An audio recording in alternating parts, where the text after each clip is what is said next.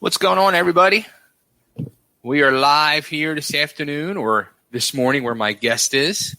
We're going to get into it in a few minutes. Just real quick, just wanted to say hey to everybody and tell everybody about Next Home Brandywine out in Downingtown, Pennsylvania. Our good friend, Mr. Dan Peasy, and his team of professional realtors, they provide guidance, knowledge, and information to all buyers and sellers. Visit nexthomebrandywine.com for details or to contact an agent. They service Philadelphia and the surrounding areas, but also nationwide referrals are available. Be sure to ask for the NH5 listing special, or you can call them directly at 484-364-4862. That's 484-364-4862. Nexthomebrandywine.com, and make sure you tell them Totally Driven Radio sent you. And here he is, my good friend, old friend now. It hasn't been a couple years since we talked, but we've been friends for at least 5 years now. The one and only Mr. Brad Sinsel of TKO. There you go. Angels of Dresden, the War Babies. Yes. Any more? Is there any more cooking that we don't know about? No, that's the top of my mind when I think about it. There's been some ill-fated projects here and there, but that's about right. Right now, it's Angels of Dresden. Nice. Yeah, it seems this is the thing you're back doing, which we're going to get into in a second. But, we just started touching on it before we went live. And, you're out there in the Washington State. And you were telling me you guys are still like in phase one. So how are you holding up during all this? It's a modified phase one. Oh, modified. Right, which you can't do much more than phase one. And people got all excited and we're calling it phase 1.5. No.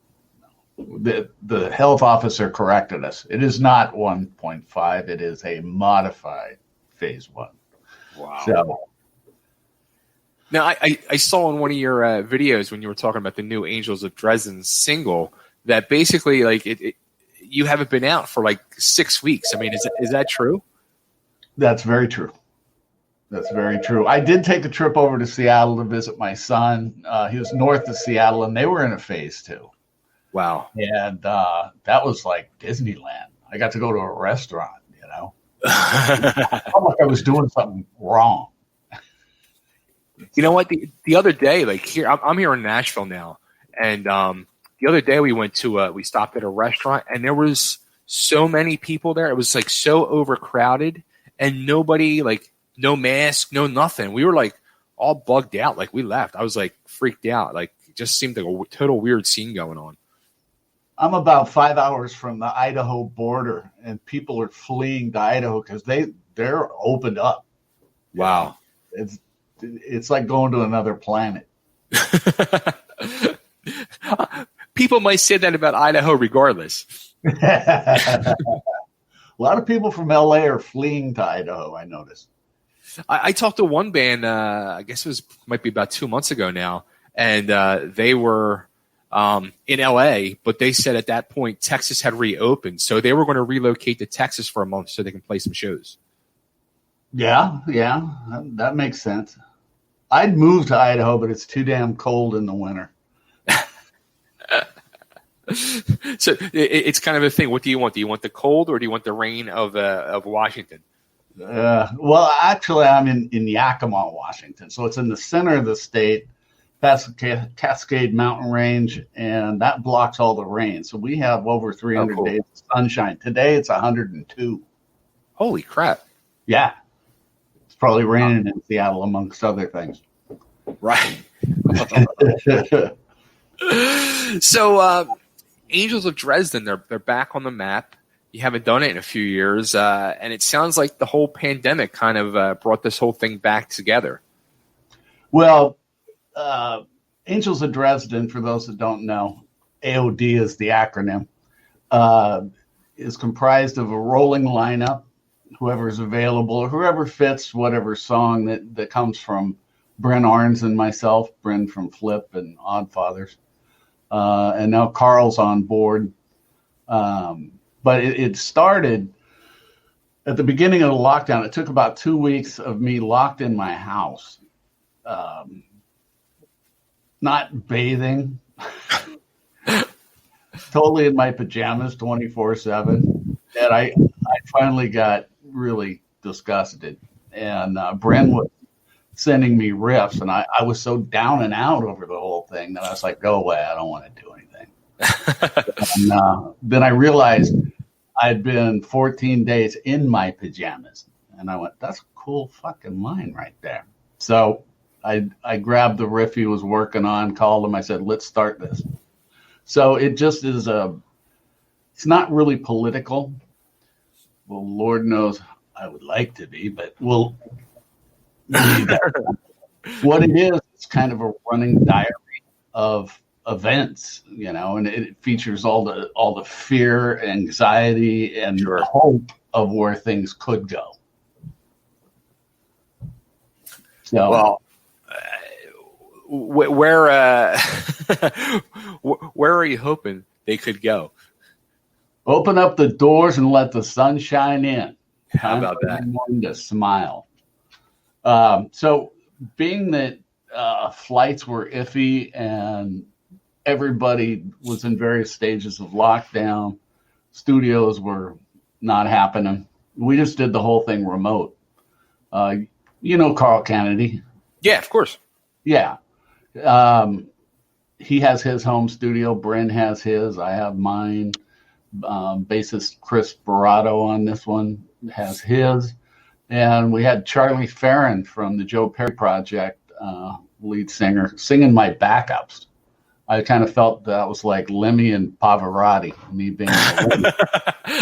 He's an awesome singer. He can deliver grit, or he can clarity, absolute clarity. And I pushed into the clarity because I've got all this gravel going on. So I like the texture of working with him.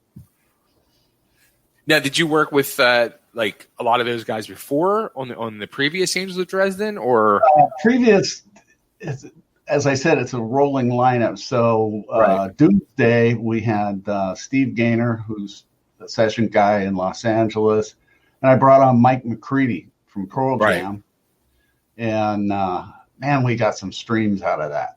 Sure, I think we got over 900,000 total streams, which I was like, I'm buying that car. I'm buying that car. And I checked my ASCAP, and to date, for close to 1 million streams, $22.35. That's amazing, which is part of the downside of streams, let alone, I think, over 25,000 new songs are released daily. Holy cow. It's not, the whole structure is gone from where I last left off. The Sony's and all the big conglomerates. It's just a different world, but it doesn't stop the desire to create. So you just keep going. We do this because we love it. Yeah, I guess at this day and age, especially with you with your career, you came out in the mid to late 70s. You had an amazing career with TKO, and then part of that early 80s hard rock metal movement, and signed on big name labels, and then with the War Babies, another big name label, and some real paydays. How does it feel to you, like, when you look at that, like? You're thinking to yourself, yeah, I can buy that car now. 1 million streams, and it's like $22 freaking. Like that's like maybe like Starbucks. Right. Well, Desmond Child wrote this blog just bitching and whining because he either co-wrote or specifically wrote "Living on a Prayer," and his bitch was to date $110.32, and that was quadruple platinum. So a physical disc versus a stream, totally different pay structure there. But I like getting the music out. It's just part of my DNA. So yeah, I mean, that's part of the whole thing now. It's just part of like getting that music out there, to the fans and make some new fans. But then, it relies back to the live shows for you guys to make money or merchandise. And when we're in a lockdown, there's no live shows. So it's like double screwed. I'm thinking I'm going to go with the we're protesting angle. I saw that. And we're protesting. Yeah, I saw that. I saw somebody else was going to do that. And I was like, wow, I think that's an interesting spin. Or maybe we'll just show up in aisle 27 at Home Depot. Yeah. Just go in the parking lot. You're making a protest. Home Depot parking lot. Exactly. Wow. So, all right. So the new song that's out there, it's called Home for a While, which, most of us are home for a while. And you guys did a video. So, but going back to recording, like you said, you did the whole remote process. Is that something you usually do, or are you used to like the old school way where everybody's in the studio? Well, Bryn Arns and I had been remoting since the late 90s. Okay. And we started off when it was archaic and glitchy. And so we pretty well mastered that. I've gone back to Minneapolis to go in the Terrarium.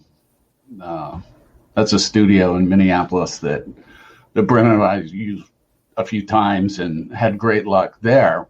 But now you have Zoom, you've got text, you got the phone. Although things sometimes you get into a corner where things that could be solved in a 20-second conversation can turn into a week with texting. My favorite thing is Bryn is texting Carl about what to do, how he hears a drum fill. Right. At the same time, I'm texting Carl. I'm texting him, what would Keith Moon do? Simultaneously, Bryn saying, Charlie Watts triplets. And so somewhere in there, Carl pulled off everything. So sometimes it works, sometimes it's glitchy. But it beats not doing anything. And it was good for the soul to get back into it. And I'd taken last year off because I spent 2 years on the TKO reunion stuff. And I was ready for something new. That's the last time we talked. Yeah, I don't mind revisiting stuff, but it leaves a hole when you're not creating new stuff. So right. This was good medicine.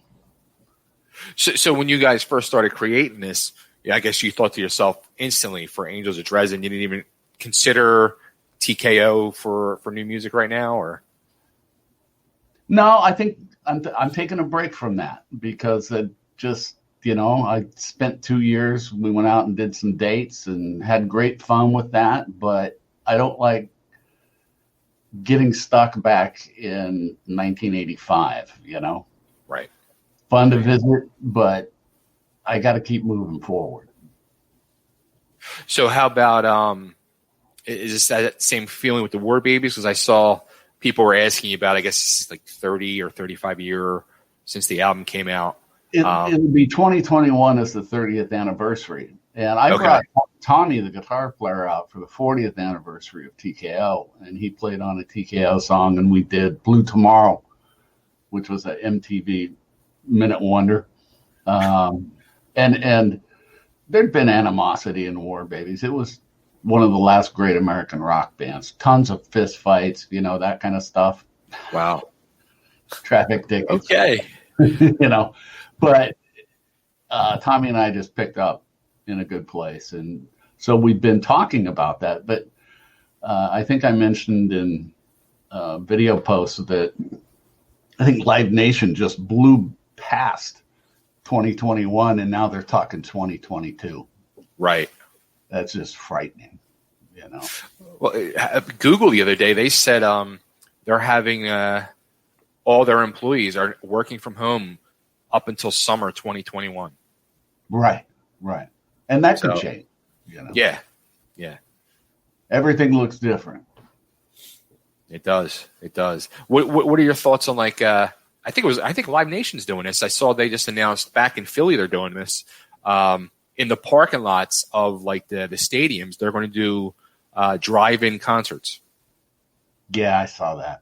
That's part of the concert experience is you're in the pit. It's a holy experience. Yeah. And sonically, you're not insulated by all the insulation of a car, you know. Right. I go out to get a bigger PA. I mean, yeah. I've also talked about innovators.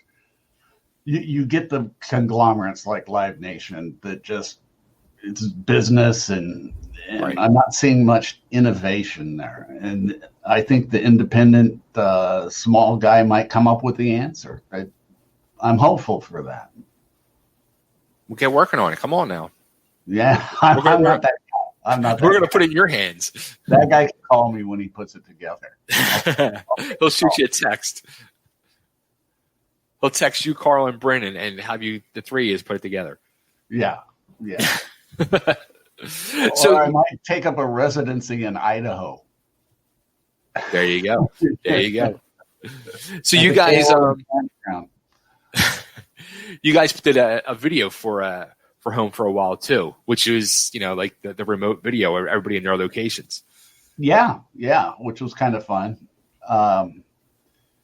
Bryn is Mr. Creative, and I was taking charge of it and failing miserably. I just said, "I'm out. It's yours." And he put it together, and it's a lyric video, but it's something. You know, everybody's in it, and having a good time. Now, how about I saw? I think somebody asked you, naturally about live shows or whatever, but I think you said your response was, at this time, your contribution to rock and roll is going to be a new song every 6 weeks you want to put out. Right. I think we're aiming for an album, and I think when I get to 14, we'll whittle it down to 12, and then put out a hard copy of everything on it together. Nice. But it's the perfect time. People aren't writing anymore, especially bands from my era. Right. They're just going back on their old material and thudding it out there. And, that's great for them. But it's a perfect time to create. I mean, what else are you going to do? You're a prisoner in your own home. Make the best of it. Write some music. I agree. I think this is the time where I think the releases in 2021, we're going to have a shit ton of music coming out. Yeah. Well, the original release date for all streaming was July 9th.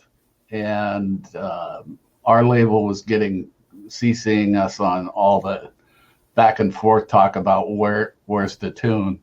And it was all apologies that due to COVID-19, they have people working remote. That slowed it down. Plus, everybody's releasing. So probably the 25,000 songs a day has shot up another 28%, I think I was told.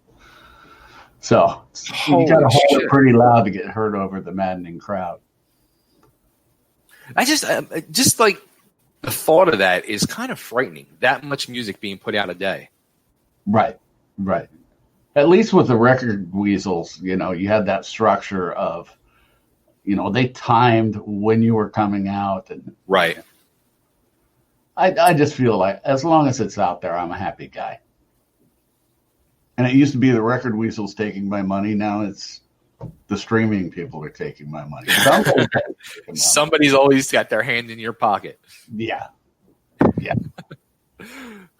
So do you have the songs? Are they written, or you guys are still working on the songs, or? We have some backlog that we're going to release while we're working on new material. Okay. There's The Criminal and Fields of Summer that were recorded in 2015. Okay. But not released. We didn't release those. So while we're working on the current song we're working on, which I just got today, and instantly I went, yep, that's it. Nice. And Bryn was able to put together intro, verse, bridge, chorus, map the whole thing out. So all I have to do is decide what's in front of me that I want to talk about. And it's not going to be the Murder Hornets. because nothing. I think we skipped past the Murder Hornets. I'm waiting for the Planet of the Apes to happen. I'm not going to touch that one. So anyhow. So the two songs that are recorded from 2015, who's playing on all those? Is that any more of that, like the Mike McCready stuff, or McCready's on The Criminal? Okay, and it's Steve Gaynor and Bryn. Alex Locascio is on drums. This is before Carl and I hooked up. Okay, again, because Carl and I go back to Thrasher, if you're familiar with that. But also when Lemmy died, we decided to do a tribute and donate all the what we thought would be big money to the Ronnie James Dio Cancer Fund. right. And so we did that as just a TKO/Rods thing, and it had Evan Shealy and Rick Pierce out of TKO on that. But prior to that and to this song, hadn't really used Carl. We'd used Alex Locascio out of Los Angeles, and but along comes Carl. He's got the job. Brilliant guy. Absolutely. A lovable guy. I know he thinks I'm an asshole. It's not 5 o'clock yet, so I'm not an asshole.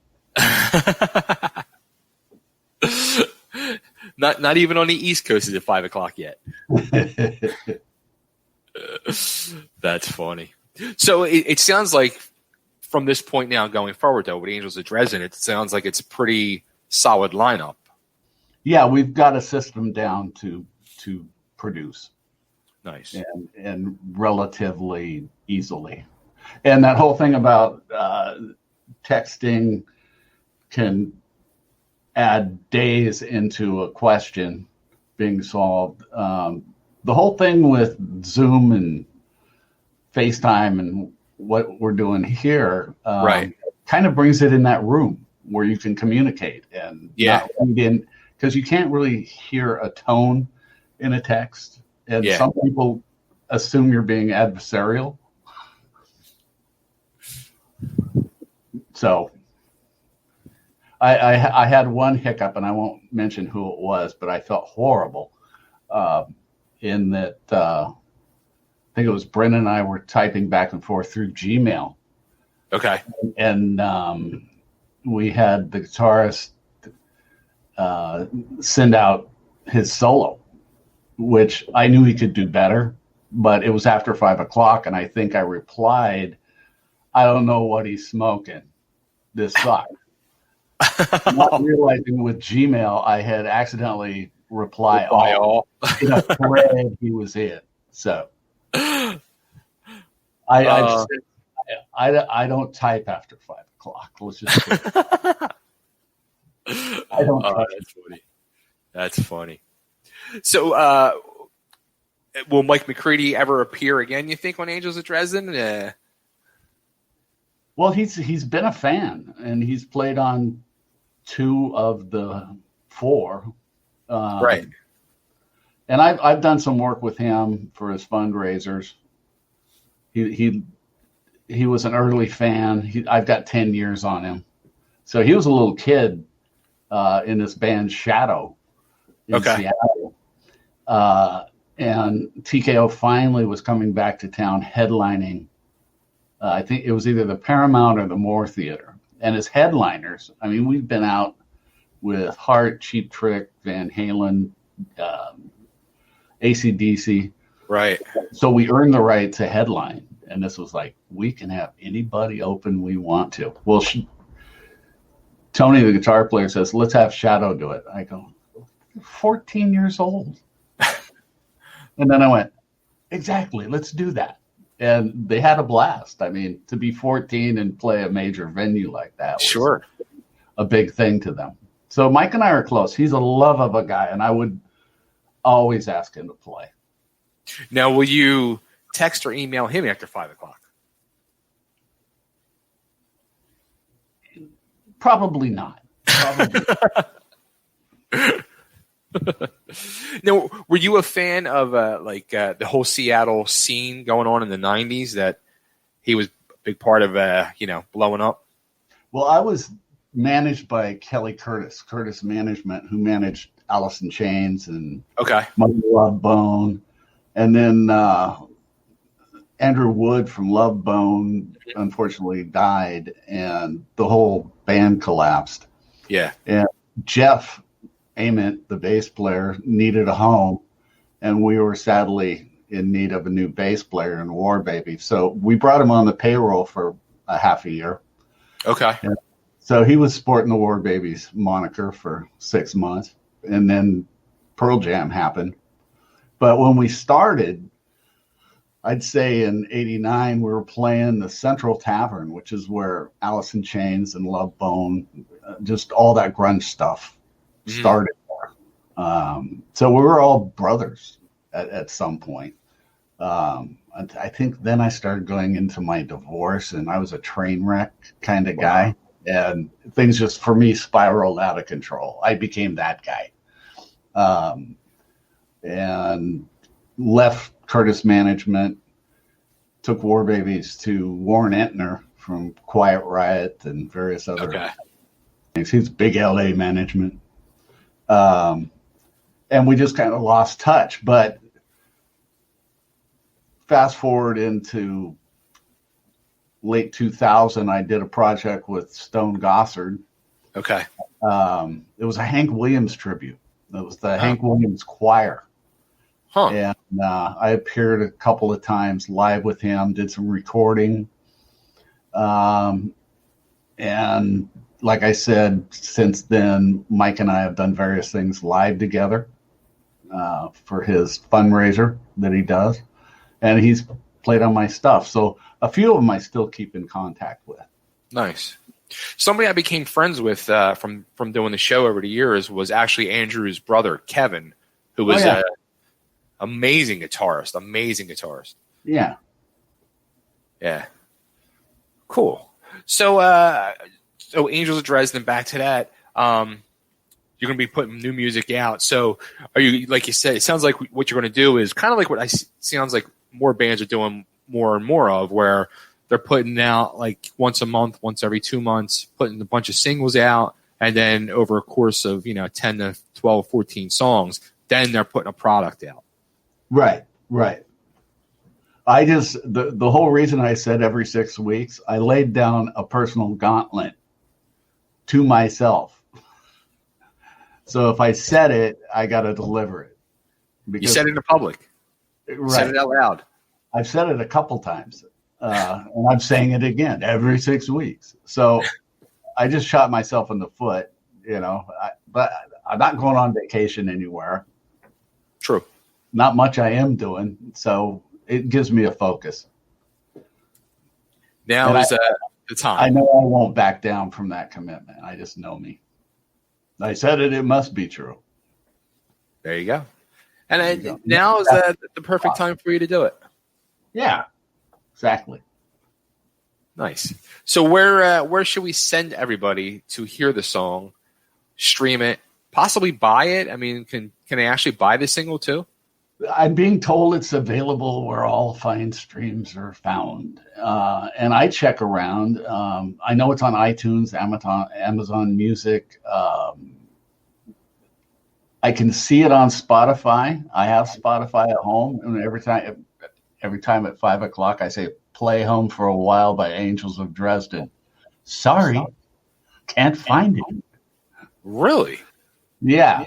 Although it's on their website, so I don't know.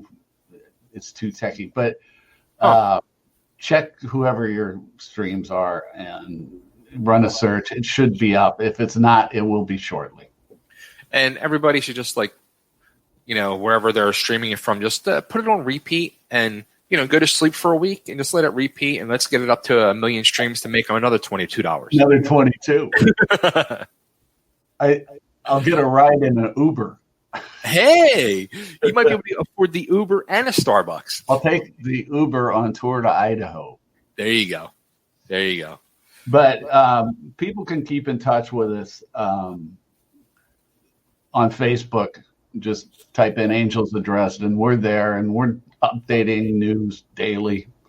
It's kind of a fun site. We've got an Ask Ted series going on where fans can ask a question. And Ted Kaczynski, I did a Zoom meeting with the label and the guys, and it was a Sunday morning. And I had my hoodie and my aviators on, and the label pres says, "Good morning, Mr. Kaczynski." So that's where the Ask Ted comes from. Nice. So every time I answer fan questions, I put my hoodie on and answer as Ted. There you go. That's how bored I am. That's entertainment. You couldn't have become like Ted the teddy bear from the Goofy movie, the talking teddy bear? The other one was TED Talks, those motivational things. Yeah, yeah. Taking it there, but I like the Kaczynski reference. That's funny. That is funny. Well, Brad, this is always a pleasure. I'm looking forward to hearing new music, and the clock is ticking. Are you about 5 weeks away now? Yeah. But I got a music bed. I just got to look around and find something other than Murder Hornets. There you go. Planet of the Apes, I'm telling you. They're coming. They're going to take over. What happened to the Middle Eastern sandstorm? Yeah. That kind of was a nothing. That was like a 24-hour thing. Right. Yeah. So we'll see what else they throw us. Yeah, who knows? In August, they'll be throwing us something new. Yeah, exactly. Too funny. Well, Brad, this is always great catching up with you, man. Well, let's do it again when the new song comes out. Yeah. This way we'll talk more often. Cool. You got it. All right, man. Well, take care. Great talking to you. See ya.